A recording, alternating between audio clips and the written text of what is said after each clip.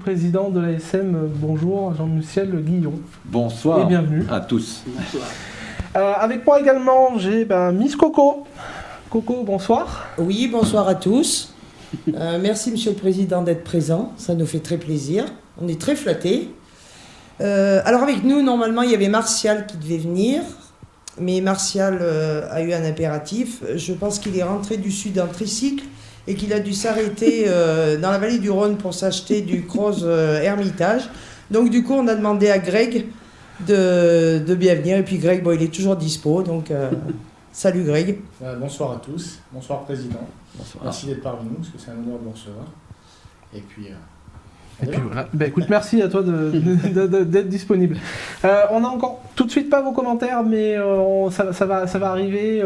Merci à tous d'être aussi nombreux chaque quinzaine de jours avec les retours qui nous sont plutôt favorables et qui nous vont droit au cœur. Ah, ça y est, voilà, on a Phil Blues, bonjour Émilie, et plein d'autres qu'on ne voit pas encore.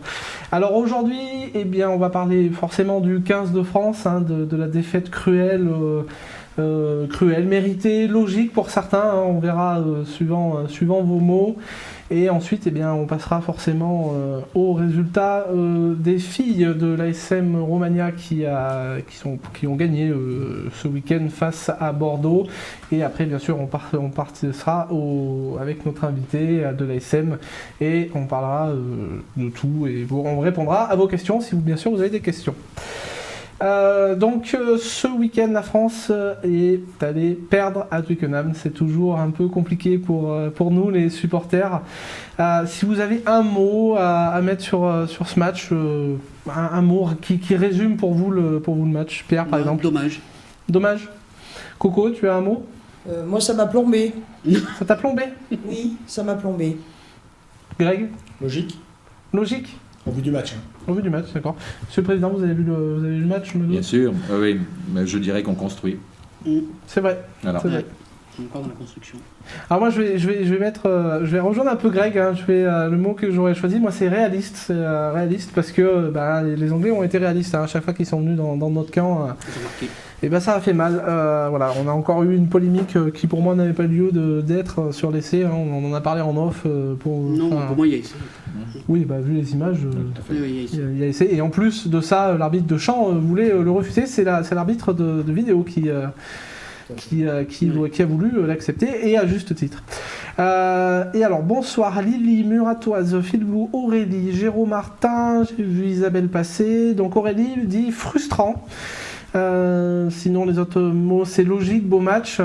Et puis, honnêtement, on a quand même eu un bel essai de quelqu'un qu'on apprécie énormément. Effectivement. De Damien. La construction est belle. Attaque première main avec. Ça faisait longtemps qu'on n'avait pas vu autant d'incertitudes sur un lancement de jeu comme ça en première main. Oui. On a quand même Thomas qui vient à l'intérieur de Ficou. Il y a soutien intérieur, extérieur. C'est très très agréable d'avoir ce genre de situation. Et puis ça a été à 10 000, donc non. C'est toujours agréable de marquer contre les Anglais de toute façon. Donc. C'est clair. C'est vrai que quand on y pense, quand on joue contre les Anglais, c'est souvent des Clermontois qui marquent, et c'est souvent des beaux essais. J'ai souvenir de Wesley Fofana qui nous avait... Il restera dans les annales celui-là. on l'a tous en tête. Ouais, celui-là, oui, ça a été... Il repasse un book sur Facebook d'ailleurs régulièrement. Surtout là, cette semaine avant le match. Encore une fois, il est repassé. Coco, t'as un mot à dire sur ce match ou sur le prochain? Le mot, je te l'ai dit, j'étais frustré. Ceci dit, je suis frustré parce que je suis très chauvine, et notamment contre les Anglais, encore plus. Mais effectivement, je vous rejoins tous dans le sens où c'était un très très beau match. C'était un vrai match de rugby. Ça faisait longtemps qu'on n'en avait pas vu. Très bien géré par les Anglais, mais on a vu un très beau match. À un moment, je me suis demandé si c'était pas une finale. Vraiment, parce que même les impacts étaient très très forts.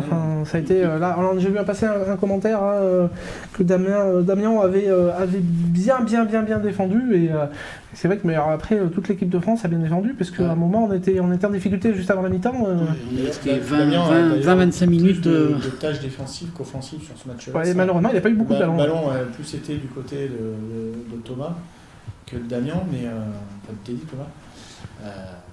Mais par contre, il a joué son rôle. Je crois qu'il n'a pas raté un seul plaquage. Il termine à 5. Il me semble pas, sans en rater un seul, donc efficacité. Alors, écoute, tu es très bon parce que tu vois pas les commentaires. Moi, je les vois et c'est exactement en gros ce que tu dis. On dit que Damien a fait d'énormes progrès en défense, bel essai de Damien et beau match défensif. Faut saluer les sauvetages de Damien en défense, donc tout le monde te rejoint. Le prochain match va être très compliqué. Le Pays de Galles, ils vont venir jouer le tournoi et oui, parce qu'aujourd'hui, la défaite est là, certes, mais le tournoi n'est pas terminé. Ouais, on peut encore gagner, mais enfin, le Pays de Galles va venir chercher le Grand Chelem, donc ça va être compliqué, je pense. Là, ça va être très compliqué. Ça va être vraiment très compliqué. Mais bon, on y espère. Moi, je pense que ça devrait le faire. Ça peut le faire. Et puis après, il y a le match qu'on n'a pas pu jouer avec cette histoire du Covid. Et puis, après, le côté rassurant pour l'équipe de France, c'est justement par rapport à la Covid, on ne savait pas si physiquement, après 4 semaines de coupure, ils allaient avoir une baisse de régime. Là, vu l'intensité du match qu'il y a eu contre les Anglais, on peut être assuré de ce côté-là. Donc avec les entraînements qui vont suivre cette semaine pour préparer la réception du Pays de Galles, ça peut être qu'un beau match qui se prépare en perspective. Eh bien, j'espère. Il y a Phil Blues qui dit que Dupont était cramé. Ouais, il était cramé, mais il fait un sacré match encore. Je pense que oui, il a laissé ses 2 poumons sur le terrain. Je pense, là, on peut quand même se poser la question sur la gestion de la fin de match pour les coachs. L'erreur, elle viendrait presque de cette gestion-là, parce qu'on laisse quand même Jelon chez en 3e ligne qui rentre pas, et la charnière Serein, qui rentre pas, c'est pas ma tasse de thé, mais ça reste quand même un neuf gestionnaire qui en plus a tendance à bien ralentir les balles quand il le faut. Et puis Ntamak qui revient aussi. Oui. Cette gestion-là, elle posera quand même question, parce que les Anglais nous ont montré que le banc avait fait la différence. Il y a Fred Tardif qui le dit, justement, on parle du coaching avec un point d'interrogation. C'est vrai que le coaching n'a pas été... après, c'est vrai que c'est toujours compliqué, un match où c'est tant serré, où c'est vraiment un score dans un mouchoir de poche. Après, c'est vrai que le coaching, aujourd'hui, n'a pas été trop payant, et plutôt payant du côté des Anglais. Après, voilà, c'est... sur la fin du match, l'essai était quand même assez prévisible. Ça faisait longtemps qu'ils nous butaient. Sans compter les 20 minutes qui ont suivi l'essai français en première mi-temps, où si les Anglais nous en plantent 2, il n'y a rien à dire non plus. Rien à dire. On s'en sort bien. On s'en sort bien en fin de première mi-temps, on s'en sort bien quand même. C'est ça, on s'en sort bien. On finit à 3 points, donc il y a quand même du bon, et c'est de très bonne augure pour 2023. Un petit coucou et un petit félicitations à tous ceux qui ont réussi à avoir des packs pour 2023. Ça a été très très compliqué. Je ne sais pas si parmi vous il y en a qui ont réussi à avoir des packs. Ils auront la chance de voir Nouvelle-Zélande-France avec un très beau match d'ouverture. Prévisible. Oui, ça c'était plus que prévisible. Si on a un petit pronostic pour France-Pays de Galles. Alors moi j'avais dit 18-24 pour France-Angleterre. Enfin Angleterre-France. J'étais pas trop loin au niveau des scores. Pays de Galles, je vais dire que ça sera serré aussi. Je donne la France gagnante quand même. Mais avec 2 points d'écart, je dirais 24-22, quelque chose comme ça. Greg ? Ça va être très très chaud, je pense. Moi je rejoins Pierre, match serré, mais les Gallois, c'est pas une équipe qui ferme le jeu comme peuvent le fermer l'Irlande ou l'Angleterre. Ils sont quand même assez joueurs aussi, donc je vois bien quelques essais quand même pendant ce match, et je parierais sur une victoire française, mais serrée. Coco, j'imagine que tu vas mettre le nul ? Pas du tout. Pas du tout. Non, je rejoins aussi. Je pense à une victoire française, mais effectivement très serrée. Et je pense qu'on va avoir du beau jeu aussi, parce qu'avec ce que nous montrent les Gallois depuis le début du tournoi, et l'équipe de France, ça devrait être un beau match. Monsieur le Président, vous avez une petite idée de... Alors moi je veux dire aussi une victoire de l'équipe de France, mais moins serrée que ce que certains pensent ici, donc on verra. Et bien tant mieux, moi c'est pareil, je pense que ça va dérouler, parce que je pense qu'ils en ont gros sur la patate. On a vu quelques images d'ailleurs, après la défaite, le vestiaire français avait l'air bien triste. Le président par contre, Alexis, il parie des bières à chaque fois. Et d'ailleurs... D'ailleurs on t'en doit. D'ailleurs, je vous ferai remarquer que j'ai eu raison il y a 15 jours. Oui, hein. c'est vrai. Donc j'attends toujours. C'est vrai aussi. J'ai eu Corélie qui m'a dit écoute, tu passes à la maison quand tu veux. Bon, ça fait un peu loin, mais. Et puis mon coach ne sera pas d'accord. Donc voilà, pour l'équipe de France, on va attendre le week-end prochain en espérant une victoire.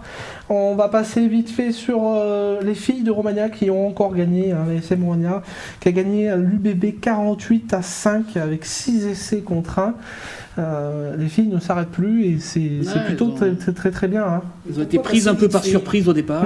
Pourquoi passer vite fait? Vite fait parce qu'on n'a pas des images et que... Non, mais bon, je crois que depuis le début de saison, elles ont perdu un match à l'extérieur, c'est contre Toulouse. Oui. Donc voilà, elles ont le mérite qu'on parle d'elles. Hein. Ah bah bien sûr qu'elle mérite, Ouais. c'est sûr, mais on en avait parlé une fois il y a un petit moment, là on voulait faire une émission spéciale filles de Romagna et... Ouais, mais c'était compliqué avec Annie puisque elle partait à Marcoussis. Ouais. Et elle préparait les matchs du tournoi, donc bon, après ça a été décalé, mais du coup elle partait à Paris et c'était... on n'a pas pu avoir de date au bon moment. On repoussera. On repoussera, ce n'est que partie remise. Exactement. Après, ce qu'il faut souligner aussi, c'est que c'est une équipe qui progresse d'année en année. Ouais. Je veux dire, maintenant, elles commencent à faire partir des équipes qui comptent dans le top 16, parce que maintenant c'est un top 16 féminin. Mais ouais, ça fait plaisir à voir parce qu'elles sont pas très loin, on l'a vu sur le match de Toulouse la semaine dernière, elles sont pas très loin des grosses écuries que sont Montpellier et Toulouse justement. Et voilà, on peut souligner aussi le travail de Fabrice Riverol et de Vincent Farjas, avec qui j'ai eu la chance d'entraîner, donc salut Vincent. Mais ouais, non, ça fait quelques années que ça progresse et c'est tant mieux pour le rugby auvergnat parce que c'est aussi une belle image qu'elle nous renvoie. Ouais. Pour le rugby féminin aussi. Et pour le rugby féminin c'est aussi. une belle vitrine pour la région. Bah, de toute façon, il nous fallait une équipe, la SM féminine. Hein. Ah bah oui. Et puis, elle pouvait que être performante, mais ce qu'elles font aujourd'hui. Le club se structure, voilà, on sent que ça, on n'est pas loin de toucher. Enfin, il y a déjà du très haut niveau parce qu'il y a quand même 3 voire 4 internationales avec la jeune Emma Couder qui va certainement revenir. Ouais. La demi d'ouverture, mais voilà quoi, c'est pas Puis une équipe qui compte pour super du beurre dans ce Jessie. championnat. On a quand même notre super Jessie. D'ailleurs, on fait un petit coucou à notre marraine. Hein. Oui. À notre marraine. Voilà, après, le prochain match des filles, j'ai pas noté. Je sais pas, par contre, quand est-ce que c'est. C'est pas le week-end Là, prochain, on c'est le part week-end sur le d'après. tournoi des 6 nations là, Ouais. féminin, donc Ouais. je sais plus exactement quand est-ce que c'est. Mais de toute façon, pas noter la date, sur, non plus. sur Facebook. on les suivra. On les suivra. Alors, Aurélie te dit Girl Power, Coco du Lac, représente-nous. Voilà. Oui, merci Aurélie. Et bonsoir à toi. Voilà, il y a pas mal de monde ce soir, hein. C'est plutôt bien, on vous lira. N'hésitez pas à poser des questions pour Monsieur le Président. Je note à fur et à mesure, hein, on les posera. J'ai vu la question d'Émilie déjà, je pense que tout Oui, le je l'ai monde l'a vu vu. aussi. Enfin bon, sauf Greg et Coco, mais je vous la lirai. Du coup, on va fermer la page... Non, moi je voudrais revenir sur les Dites-moi, filles, oui, parce allez-y. que j'ai pas été interrogé sur C'est vrai. sur C'est les vrai, filles. ça. C'est vrai, Donc, c'est vrai, il faut que j'en parle aussi. Premièrement, pour dire que j'ai eu la chance d'assister à un match des filles, pas ce match du week-end dernier, mais le match d'il y a 2 ou 3 semaines, contre Bordeaux aussi. Et moi j'ai été impressionné par le jeu. C'est-à-dire que c'est vrai qu'il y a moins de jeux au pied que dans les matchs de garçons. Et ça met une intensité dans le match qu'on voit peu souvent dans les matchs des garçons, premièrement. Et puis deuxièmement, avoir un club de filles à la SM Romagna, c'est important aussi pour notre club, la SMCA. On s'aperçoit que de plus en plus, si on veut développer le rugby en France et dans le monde, ben, il faudra qu'on compte sur différentes compétitions, les compétitions de filles, Oui. les compétitions aussi de rugby à 7. Et il faudra que, très clairement, pour développer notre sport, ben, on élargisse l'offre et avoir une équipe dans le top 4 en France à Clermont, ben, c'est une belle réussite. Ah oui, c'est sûr. C'est certain. Alors, ce qui est plaisant en plus avec le sport féminin en général, hein, que ce soit au hand, au foot, au rugby, c'est vrai qu'on retrouve le sport des hommes d'antan. Et c'est vrai que on l'a vu longtemps sur le foot, hein, qui est beaucoup plus médiatisé malheureusement. Il faudrait que tout soit médiatisé, mais on ne pourrait pas regarder tout en même temps. Mais c'est vrai que le foot féminin, c'est très agréable à regarder. Et le rugby féminin, Martial n'est pas là ce soir pour en parler, mais je sais qu'il aime en parler et qu'il dit qu'il est impressionné par les chocs et les impacts. Parce que d'abord, c'est un jeu ouvert, beaucoup plus ouvert que les garçons. Les garçons. Alors effectivement, comme dit Monsieur le Président, au pied, c'est pas un jeu au pied. Hein. Ne serait-ce que les botteurs, je ne remets pas botteur, alors je ne sais pas si on dit botteuse, mais bon, je remets pas le talent de Jessie en cause, hein, bien au contraire, parce qu'elle a un sacré coup de pompe. Mais on a un jeu très ouvert, les filles ont un jeu très ouvert et c'est ça qui est agréable. Et là où je te rejoins aussi, Alex, c'est que effectivement, on revient un peu au basique du rugby d'antan. C'est vrai. Voilà. C'est vrai. Dernier commentaire de ma part, parce que je pense que là aussi on peut apprendre des filles, c'est quand je rencontre un certain nombre de joueuses, et il y en a un certain nombre qui sont en contact direct avec la SMCA, parce qu'elles travaillent dans des entreprises qui sont à la SM en mêlée ou d'autres. Elles ont un projet aussi en dehors du rugby. Et ça leur donne un équilibre qu'on ne retrouve pas toujours chez nos joueurs. Qui s'est perdu un peu. Donc c'est un message que je partage aussi avec l'ensemble de notre équipe. Le fait d'avoir un équilibre sur le plan de la vie professionnelle donne une forme de leadership à ces filles qui est intéressant, et elles sont passionnantes. Hein. J'ai eu l'occasion d'échanger avec Jessie. Moi, je lui tire mon chapeau. Ah oui, nous, quand tout à l'heure on a fait un coucou à notre marraine, je ne l'ai pas précisé, c'est Caroline Thomas. Ouais. Et c'est vrai que quand elle parle, que ça soit du rugby ou d'autres choses, c'est vraiment des passionnés, ça fait vraiment plaisir de les entendre. Ça fait vraiment plaisir de les entendre. Alors, on a une petite question d'Isabelle qui demande si on est amené à voir des filles plus souvent au Michelin jouer. Alors, c'est une question importante. J'ai vu et j'ai eu l'occasion d'échanger lors de ce match. C'est un objectif que nous avons en commun pour cette saison, si tout va bien. Sûr. Voilà. Donc, c'est pas un scoop, mais presque. Ça, c'est plutôt très bien parce que ça va attirer du monde et vraiment, ça va. Je serai le premier à y aller. Bon, et ben voilà, on va passer sur l'ASM masculine pro, on va dire. Avec la bonne nouvelle du jour, hein, c'est plus de Covid. Donc ils ont pu partir, en stage pour. Buja, Corrèze. Voilà, en Corrèze, à côté de Brive. Buja. Buja. Il t'attend pas. Non, bah oui, non, je t'entends pas, t'es trop loin, t'es trop loin. Et on a appris aussi la date la date on la connaissait, hein, on connaissait le week-end, mais on connaît l'heure du 8e de finale contre les Wasps à 13h30 en Angleterre. Moi, la remarque que je me suis dit, oula, il va falloir vite manger. Donc ça va être avec, on l'espère, Monsieur le Président, un quart de finale à la maison ensuite, hein, si tout va bien. C'est l'objectif. C'est l'objectif, oui. Bon, malheureusement, je pense qu'on ne sera pas. C'est public, malheureusement. Non, voilà, il y a de grandes chances que le huis clos ne soit pas levé pour. Mais voilà, alors on va passer donc du coup à notre invité qui nous a fait l'honneur de venir, c'est vraiment très important pour nous et on vous en remercie encore une fois. On a quelques questions donc du public qui nous regarde et des commentaires Facebook. Donc la première question que je te disais tout à l'heure, Greg, d'Émilie, c'était concernant la Coupe du Monde du rugby en France en 2023.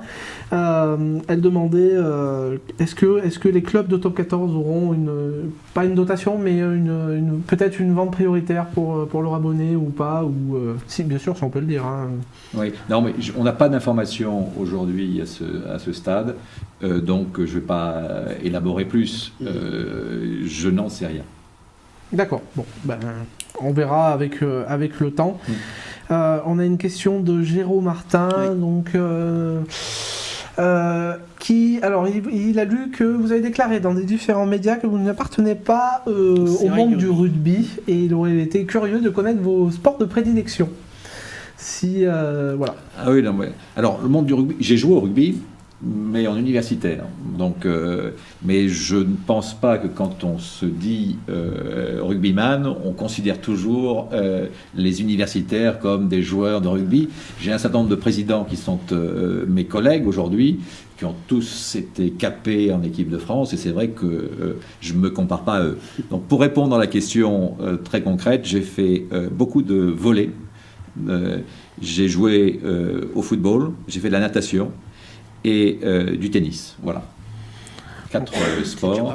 Oui. Et quand j'ai passé le cap de la vingtaine, j'étais comme certains d'entre vous aussi, notamment en Auvergne, je faisais du marathon. Voilà. Donc j'ai fait un certain nombre de marathons de par le monde. Donc j'étais sportif. Voilà. Sportif, oui. Je le suis moins aujourd'hui, c'est pour ça que je le dis avec un peu de recul. Bien sûr, Greg et Coco, si vous avez des questions, il n'y a pas de... Non, juste pour rebondir, le rugby est un sport universitaire, il est né de là, de tout ça. C'est vrai, donc, c'est vrai. Et il y a encore des beaux matchs en universitaire. Bien sûr, mais ce qui est dommage, c'est qu'on n'a pas on n'en voit pas trop. Ouais, on n'en voit pas trop, et on n'a pas trop de... Retour, Mais bon, après, dommage. c'est vrai que le rugby, maintenant, il y a beaucoup de niveaux, et puis bon, on peut pas tout suivre, malheureusement. Hein. Voilà. Alors, Il y a Stéphane. ouais, qui Stéphane qui a posé une très bonne question. Donc, je pense qu'il y a plusieurs abonnés qui nous regardent. Hein, j'en fais partie. Et Pierre, tu es abonné ou Non, pas encore. Ça ne serait tardé, je bon, pense. j'en fais partie. On a reçu un Je suis régulièrement au questionnaire. stade, mais je ne suis pas Un abonné. questionnaire avec un sondage. Et la question de Stéphane, donc c'est Monsieur le Président, pouvez-vous nous dire le but et les retours du sondage reçu par vos abonnés? Faut-il attendre du changement? Donc est-ce qu'il va y avoir du changement sur les années à venir, mais du côté supporter? Oui, alors premièrement, le but du sondage et pourquoi le sondage. On s'est retrouvé sans supporters pendant plusieurs mois, et ça continue. Et l'idée de départ, c'était de se dire, quand on va se retrouver tous au stade, il faut créer un effet un peu waouh, en se disant, bon, ben, quelque chose a changé. Donc, pour créer cet effet-là, plutôt que de réunir 3 ou 4 personnes au stade dans l'équipe administrative, ben, associons nos supporters. Et ça va au-delà de nos supporters, c'est aussi associons nos partenaires, parce qu'on a un certain nombre d'entreprises pour lesquelles on a organisé aussi un sondage. Donc, c'est une façon pour l'ASM de se dire, en proximité, il faut qu'on reparte de la base pour savoir ce qu'il faut pouvoir faire évoluer. Ce qui est ressorti du sondage, c'est que, en règle générale, nos supporters n'attendent qu'une chose, c'est de revenir au stade. Et quand on leur dit quelles activités, ils disent non, on veut revenir au stade. Pour nous, c'est le principal objectif. Ce qui apparaît aussi, c'est que, et ça, en tant que supporter, je l'avais déjà vu, nos supporters arrivent assez tard au stade. Quand on regarde ce stade se remplir dans les dernières minutes, on se dit, mais si on veut véritablement demain créer un événement au stade, est-ce que nous n'avons pas à organiser à l'extérieur du stade et à l'intérieur du stade un certain nombre d'activités qui feront que demain, on arrivera plus tôt et on repartira plus tard du stade. Donc là, il y a un certain nombre d'idées qui sont revenues et qu'on a reçues au travers du sondage, mais ce qu'on a été amené à faire aussi, c'est inviter un panel d'abonnés. Alors je vois que vous n'avez pas été invité, il faudra qu'on Non, ouais. on y repense. Et qualitativement, ils nous ont donné un certain nombre d'idées. Faire le lien de façon beaucoup plus régulière avec la COPE, organiser avec nos partenaires sur le parvis un certain nombre d'activités avant match. Donc on a réuni tous ces éléments-là, et ce qu'on est en train de faire aujourd'hui, c'est préparer les prochains matchs avec le public pour essayer de surprendre, d'intéresser, et puis aussi d'expérimenter, parce qu'on ne peut pas se dire on aura trouvé la solution tout de suite. Mais ce qui est intéressant, c'est que ce stade doit vivre. Moi, je suis arrivé en août à l'ASM, et je n'ai pas vu encore le stade vivre depuis des mois. Et je n'ai qu'une idée en tête, c'est le faire vivre en gagnant des matchs, mais aussi en organisant tout ce qui se passe autour du match. Voilà. Pour que ce stade devienne un poumon et le cœur de la ville. En tout cas, moi qui suis un peu plus sur les réseaux sociaux, et puis bon, en étant président de club de supporters, j'ai quand même pas mal de retours de mes membres, et le sondage a été énormément apprécié. Hein. C'est le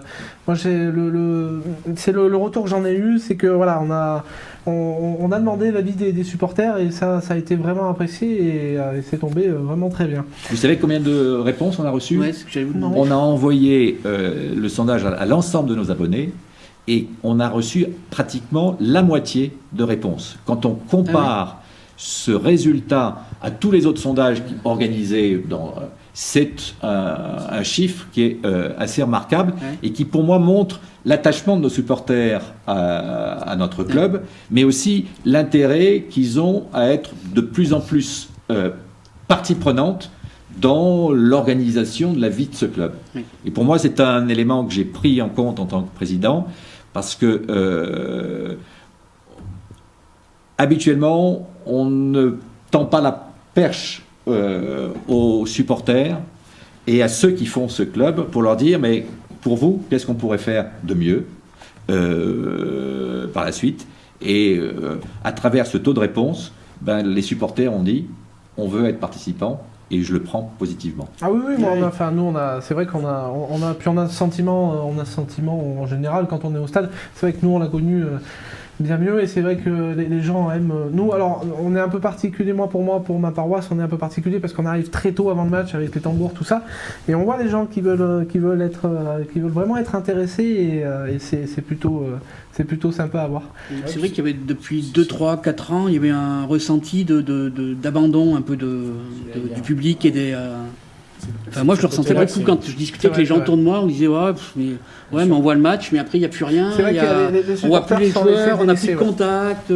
Les supporters étaient un peu frustrés. Juste des consommateurs et plus du tout des... Donc c'est vrai que c'est une très bonne idée, d'autant plus que la Covid, on ne sait pas quel impact va avoir sur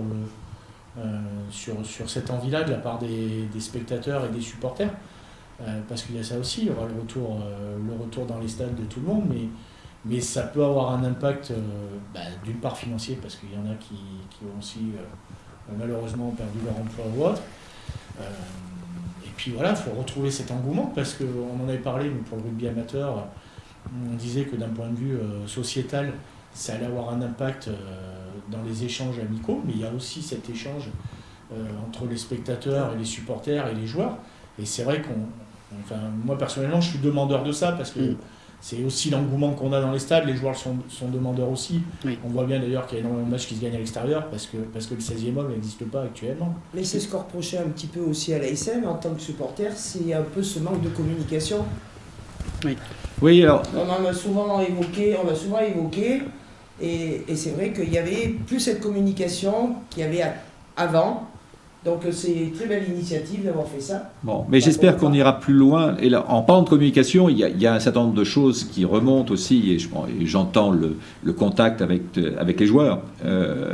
Moi, il y a une chose qui me tient à cœur, c'est le fait, quand on est fier de son équipe, de pouvoir aussi échanger avec son équipe. Et c'est vrai que parce qu'on avait toujours la performance en tête, et parce qu'il y a aujourd'hui la Covid, on se dit on va protéger l'équipe, on va la mettre dans une bulle. J'ai la conviction personnelle que c'est pas en mettant les joueurs dans une bulle que on va améliorer la performance. Demain, il faut que notre équipe, elle soit en communion avec son public, pas simplement en faisant le tour du terrain, mais vous me disiez que vous aviez reçu Rémi Laméra, qui pour moi, ici, pour moi, c'est l'exemple type du joueur du rugby qui représente ces valeurs du rugby et qui représente le contact très avec les supporters. Ben, c'est cet esprit-là que je porte et que je voudrais porter avec vous dans le futur. En tout cas, c'est une bonne nouvelle. C'est une bonne nouvelle, c'est sûr. Je pense que ce sera apprécié. Elle est déjà appréciée, hein, parce que bon, pour rien vous cacher, c'est vrai que je suis quand même assez actif sur les réseaux et j'ai beaucoup de retours comme quoi l'ASM est en train de changer et ça fait vraiment plaisir parce que voilà, malheureusement on a eu une période où forcément on entendait que les gens, comme le disait Greg, les supporters avaient l'impression d'être délaissés, avaient l'impression d'être mis de côté. Mais bon, après voilà, il y a le professionnalisme aussi qui est arrivé, parce que les joueurs, moi quand je suis allé au stade, on allait sur la pelouse, hein. Donc ça date de très longtemps. Donc pas si longtemps que ça. Vous vous souvenez les envahissements de pelouse qu'on avait moi j'étais sur la pelouse aussi avec vous, hein, donc génial, ça. Bon, après, quand on sortait, après on nous disait il faut protéger la pelouse, donc on faisait attention, mais sans aller jusqu'à l'envahissement de la pelouse, parce qu'on a d'autres contraintes. Le simple fait d'avoir des joueurs, ceux qui ne jouent pas dans les salons ou sur le terrain avec les supporters, c'est un premier point. Et puis, deuxièmement, organiser ce contact régulier avec les supporters et les partenaires, ça permet aussi, et c'est un point important et sur lequel j'insiste auprès des joueurs, ça permet aux joueurs de se préparer à l'après-rugby.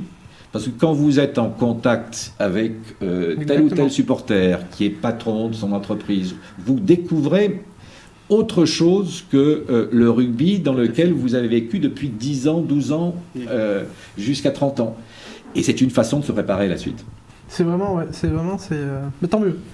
Moi j'ai qu'un mot, c'est vrai que cette génération n'aura connu que le professionnalisme, parce que les dernières, les derniers qui étaient Bonner, Rougerie et consorts avaient connu un tout petit peu le monde amateur.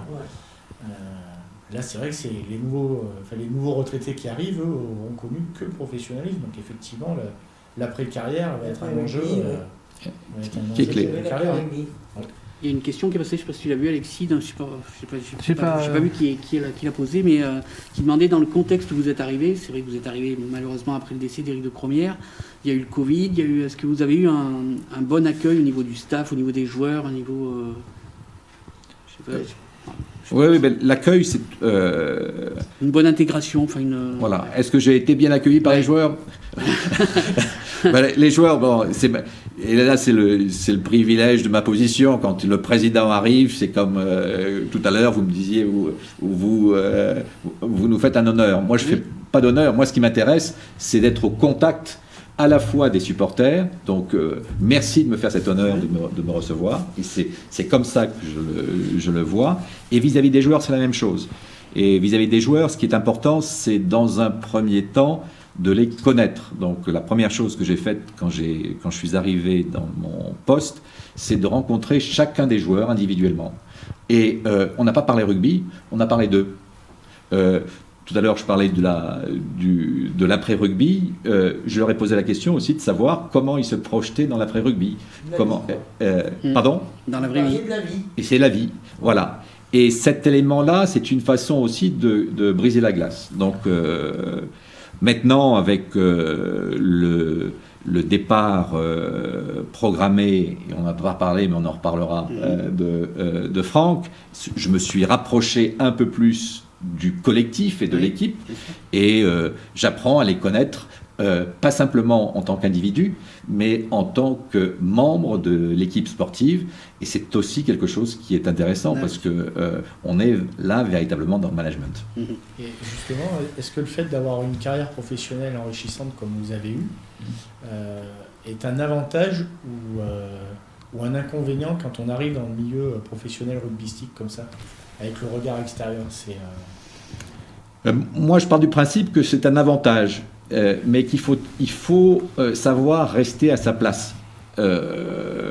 L'avantage que j'ai, c'est que n'ayant pas tout le vécu ou le passé de rugby d'un certain nombre d'autres présidents, j'ai vis-à-vis du staff et de l'équipe le plus grand respect, donc je sais sur le plan technique rester à ma place. Par contre, je pense aussi que la performance d'une équipe, elle est liée à son management. Et de ce point de vue-là, quand je regarde fonctionner l'équipe, il m'arrive souvent d'avoir des échanges avec les entraîneurs ou directement avec les joueurs, parce que j'ai noté telle ou telle chose, et qui sont plus de l'ordre de la posture et du management. Et en tant que président, j'ai aussi, de ce point de vue-là, un rôle à jouer. Donc, je le vois comme un avantage. Merci. Alors justement, vous en avez parlé, donc il y a Mathieu qui a sauté sur l'occasion hein, pour le futur coach. Hein. Donc la question est assez simple et assez bien posée, à savoir s'il y a une tête qui ressort un peu plus souvent, et si c'est pas le cas, est-ce qu'il y a une date limite que vous-même vous soyez fixé? Bon, je ne dirai rien ce soir parce que rien n'est fait. Donc, je veux pas. Il est sûr que quand on a eu la confirmation du départ de Franck, on l'a vécu comme à court terme un problème. Mais je dis souvent, chaque problème, c'est aussi une opportunité. Et c'est comme ça qu'il faut se positionner quand on est sur le terrain ou quand on est président de club. Donc on a regardé l'ensemble des coachs qui étaient disponibles ou pas disponibles sur le marché, et on est en train de faire cette revue, d'organiser un certain nombre de rencontres. Et aujourd'hui, il m'est difficile de vous donner une date. C'est vrai que pour les joueurs, quand je discute avec eux, le plus tôt sera le mieux, parce qu'on a tous intérêt à connaître son chef de demain. Mais bon, il faudrait que sur le mois d'avril, on ait statué. Oui, d'accord.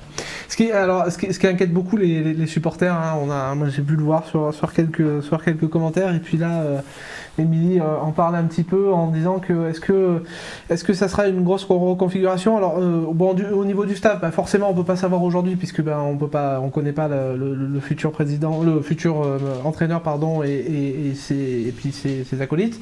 Mais sur le jeu, est-ce que c'est la question qu'on a vue tout à l'heure, c'était est-ce que vous avez décidé de garder le même type de jeu, ou si vous allez donner carte blanche au futur entraîneur? Non, mais je pense que cette question, elle est, on peut y répondre assez facilement. L'ASM a un style de jeu. Et ce style de jeu, c'est ce qui fait aussi l'attrait de l'ASM. Alors parfois, on peut se dire qu'un jeu d'attaque, ça doit commencer par la défense et qu'il faudra dans le futur qu'on règle tel ou tel point. Et c'est dans cette approche-là qu'on est aujourd'hui. Donc on n'est pas là pour se dire il faut tout changer. Il faut sûrement penser à un certain nombre de réglages, et ces réglages-là seront apportés par le nouveau coach, mais le style de jeu de l'ASM d'attaque restera. Bon, tant mieux. C'est le premier point. Et le deuxième point qui est important aussi, parce que c'est la question qui est posée par le staff et par pas mal de joueurs, c'est de dire, on voit des clubs où quand on change l'entraîneur, on change tout le monde en même temps. Oui. Donc, est-ce que ça va être la révolution à l'ASM? Et ma réponse, là aussi, elle est claire. On est dans un club qui a une culture. Et cette culture, elle est basée aussi sur des hommes. Donc, quand on fait ce type de changement, oui, on reconnaît un entraîneur qui va vouloir arriver avec tel ou tel coach avec lui, mais on ne fait pas la révolution, parce que derrière, on doit avoir une certaine continuité. Et cet élément-là, pour moi, il est important, parce que c'est ce qui fait aussi la force de l'ASM. On oublie souvent, on voit toujours nos défaites, mais c'est un club depuis 10 ans qui est sur le haut du pavé. Et cette question-là, elle n'est pas anodine. Elle est là parce qu'on a tout de même une structure qui a permis à l'ASM de développer un professionnalisme et une performance qu'il nous faut toujours améliorer, il faut toujours aller chercher un peu au-delà, et c'est clair, et on va profiter de ce changement pour se reposer les bonnes questions, mais on ne va pas abandonner notre ADN. Je pense que c'est plutôt une bonne nouvelle pour tout le monde, hein, depuis le début de l'émission, hein, les supporters qui sont un peu plus contactés, et puis on leur demande leur avis. Je pense que ça, c'était une grosse frayeur des supporters, parce que le jeu de Clermont, c'est vrai qu'il plaît, hein, c'est un jeu d'attaque, donc voilà, c'était important d'essayer de garder ça. Après, une ou deux dernières questions qui restent, c'est là c'est Thierry qui la pose, mais il y a eu pas mal de questions. Sur le recrutement, est-ce que pour l'année prochaine, est-ce qu'on aimerait avoir un joueur de classe internationale, mondiale, qui a déjà gagné des titres, ou pour le moment il n'est pas de question de recruter un joueur phare. Hein, tu dis on aimerait. Moi, je dis faut qu'on. Non mais pas moi, c'est des questions qui posent. Moi je suis plutôt pour garder les gants du club. Non, moi non plus, pas du tout, hein, mais voilà, est-ce que... Alors la question, elle est, il faut qu'on soit clair. On est aujourd'hui dans un salary cap. Oui. Ce salary cap, il ne nous donne pas, avec moins de joueurs en équipe de France, les possibilités que nous avions il y a de cela 5 ou 6 ans. Et là-dessus, il faut qu'on regarde les choses de façon très claire. Donc, avoir un joueur de stature mondiale et le payer, c'est une chose qu'on ne pourra pas, si je me projette dans l'année prochaine, sûrement se payer. Par contre, moi, ce que je voudrais dire, et je parlais tout à l'heure de l'ADN du club, et je vois des questions sur 2010. En 2010, nous gagnons, mais en même temps, il y a l'éclosion d'un certain nombre de jeunes issus du centre de formation. Tout à fait. On a vu la même chose à Toulouse. On parlait tout à l'heure de Dupont, mais il y en a d'autres avec Ntamak et avec d'autres, issus du centre de formation. La formation, c'est l'ADN du club. Et je pense que, de façon très claire, si je me projette dans l'avenir, il faut impérativement que cette notion de formation revienne encore plus et soit développée encore plus au niveau de la SMCA. Et je suis régulièrement avec l'ASM Omnisport Rugby et ses entraîneurs. J'ai assisté au dernier match perdu contre Perpignan. Mais quand je suis là-bas, c'est pour passer aussi un message clair à l'ensemble de nos jeunes. C'est sur vous que nous comptons. Et quand je parle des jeunes, vous regardez ces jeunes et vous voyez d'où ils sont issus. Ils sont de plus en plus issus de la région. Et quand on dit l'ASM doit être aussi la locomotive du territoire, c'est à travers cette formation qu'on y passe. Et quand on voit les choses, et c'est un dernier point qui est important aussi, je parlais du salary cap, mais il n'y a pas que le salary cap. On va se retrouver cette année avec un déficit important. Et si on est toujours dans l'idée que nous allons nous en sortir en achetant des mercenaires ou des joueurs qui coûtent cher, on ne pourra pas faire fonctionner le modèle économique du rugby de demain. Et pour moi, c'est un élément, une évidence, mais c'est tellement une évidence quand on s'appelle Clermont qu'on doit être là encore plus fort que d'autres clubs qui commencent à se mettre à la formation. Ah oui, on a un des meilleurs centres de formation de France. Ce serait idiot de ne pas s'en servir. Quel est le chroniqueur qui a dit sur Canal+ il y a quelques jours, pour un match du top 14, qui a dit le centre de formation de l'ASM, c'est un vivier de joueurs pour tout le top 14. Oui, il a dit que c'était plutôt bien d'avoir un club comme ça, parce que notamment on formait énormément de jeunes et que ça rendait service à tout le top 14 et notamment au 15 de France. La Rochelle. La Rochelle s'en est servi. Fait partie des clubs qui a complètement, le plus pioché dans les réserves montferrandaises. Oui. On a Alors- Jemta Fénois au Racing aussi qui est en train d'exploser. Voilà. Ok. Alors ensuite, certains disent on a loupé, on a laissé partir des joueurs. Mais on le fera toujours et on ne pas veut garder pas tout le monde. décider du On peut pas jour au garder tout le lendemain monde. que Tout à tel ou fait. tel joueur va exploser ou n'explosera pas. Et je pense que quand on a cette ambition, celle qu'on a au niveau de la formation, ben, il faudra aussi qu'on puisse envisager demain que l'ASM, ça soit un club formateur pour tous les clubs aux alentours aussi. Eh oui. Qu'on puisse imaginer qu'on les récupère vers 15, 16 ou 17 ans, et que pour ceux qui ne passeront pas le cut de l'équipe pro, ils puissent se retrouver à jouer Au niveau en dessous, en Pro D2 Pro D2. ou en En fédéral. en fédéral, On a Aurillac, dans on a les Aurillac clubs en de... Fédéral 2, On a Issoire en Fédéral 1, Cournon-Vichy en Fédéral 2. Voilà. La région peut aussi recevoir ces jeunes. Et c'est vrai que l'avenir passera aussi par là, quoi, parce que pendant trop longtemps, moi je fais partie du monde amateur, mais pendant trop longtemps, malheureusement, on les a pas vus revenir, ces jeunes. On en a vu beaucoup partir des petits clubs à l'ASM, et malheureusement derrière, ils ne revenaient pas forcément en Auvergne. Donc c'est vrai que ça peut être un enjeu, parce qu'on a en tout cas les clubs qui sont en capacité de les accueillir derrière.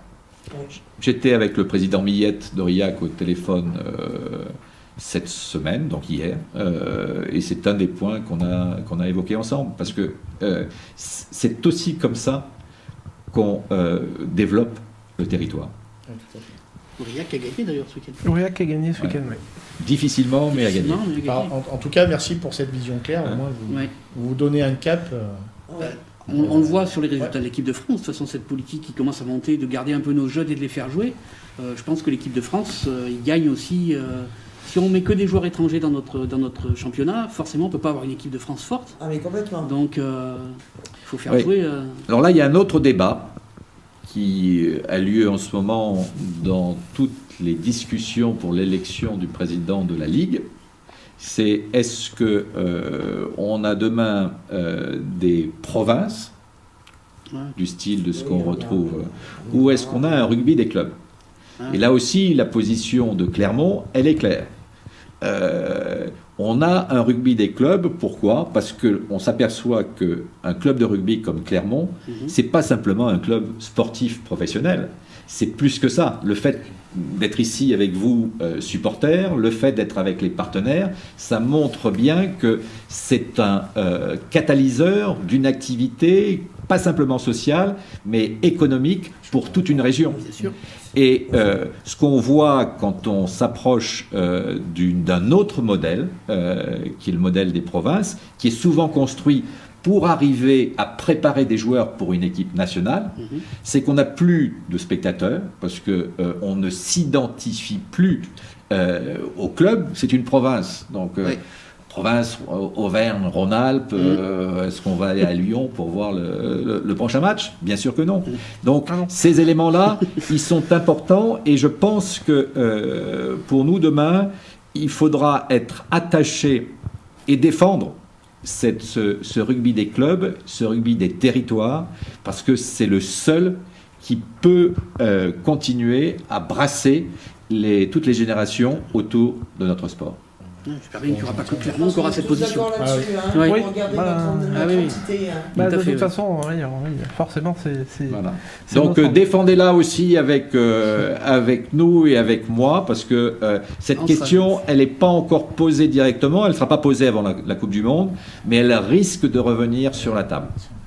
Mais on défendra Ah oui, c'est corps clair. et âme. Je pense que On ouais, sera derrière vous, ça c'est certain. en Auvergne et à Clermont, vous serez Oui. soutenus. Ah ouais, Ça, ouais, ouais. Mais après, je pense que les Toulousains vous soutiendront aussi et les Bordelais Oui, aussi. je pense qu'il y aura d'autres clubs. faut Bon, espérer. oui, non, On est mais quand même rattachés, c'est non, mais- c'est à expliquer. À chacun a sa culture. Chaque club de rugby, voilà, quand même sa Ouais. culture Oui. est rattachée, je veux dire. Faut défendre corps et âme cette idée. Eh bien, écoutez, merci. Merci d'être venu. Merci d'avoir pris du temps pour répondre à nos questions, aux questions des supporters, d'avoir rassuré, je pense, plus d'un. Mais c'est moi qui vous remercie, parce que l'honneur, il est pour moi. Alors, derrière, on peut dire pourquoi vous venez. Pour moi, la question, c'est la proximité. J'en profite aussi pour reconnaître mon prédécesseur, Eric, qui était aussi un président de proximité. Tout à fait. Il avait ce contact avec l'ensemble des supporters et des partenaires. Il avait cette capacité à être en contact. Personnellement, je n'ai pas pu le vivre. Donc quand vous me donnez la possibilité de venir et d'être au contact, je viens. Je ne viendrai pas toutes les semaines ou tous les 15 jours. Ça n'invitera pas tous les 15 jours. Hein. Eh bien, non, mais j'ai compris. Surtout que... On viendrait avec un bouclier, ça serait sympa quand même. Mais pourquoi pas. c'est important dans ces moments-là de se dire tous ensemble, on attend des jours meilleurs. Et dans ces jours meilleurs-là, la proximité, ça sera le maître mot.